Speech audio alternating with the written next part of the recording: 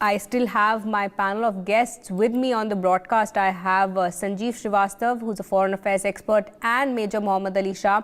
Now, I would like to take my first question to Major Shah.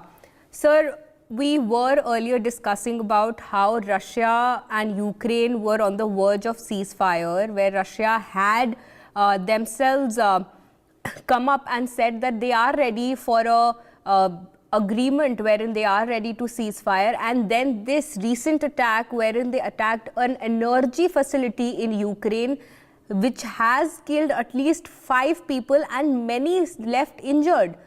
Sir, how do you view such ironical situation coming in from Russia-Ukraine war now? A very pertinent question once again, Fida. In December first week, in fact, when President Zelensky, he had addressed the Congress at the American Congress.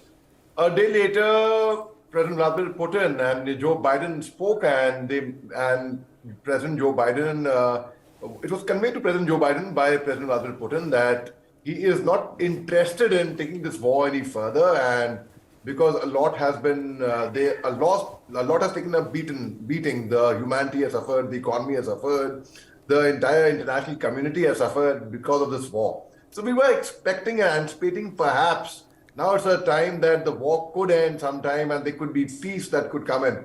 But few days later, Russia once again pumped in over about 100 missiles into Ukraine, causing heavy casualty, heavy damage. And now once again, as you rightly brought out, that 5 people were killed in a 9-story block. The key officials said that over 60 people were injured in the building, which was reduced to rubble. And this happened in Dnipro. I mean, what does this indicate? At one side, you are giving talks, and one side, you are giving heavy bombardment, and there is no sign for the war to come to an end.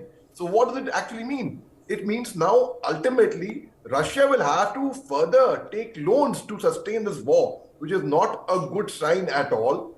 And of course, Ukraine, President Zelensky has asked for support from outside. He calls for more weapons to fight Russia. And the Western powers, they have been pumping in all the ammunition, all the help and aid, they call it. But then it is only adding fuel to the fire. It is not going to stop. So now there are 2 ways of looking at it. One is, okay, about a year almost going to be up. The war could come to an end, which we were assuming at one time, but now heavy bombardments take place. Ukraine is not going to take this lying down, though Ukraine is a small country, but they have heavy help, heavy aid from all sides. So Ukraine also will do a Jawabi Karbai, which means return fire to this.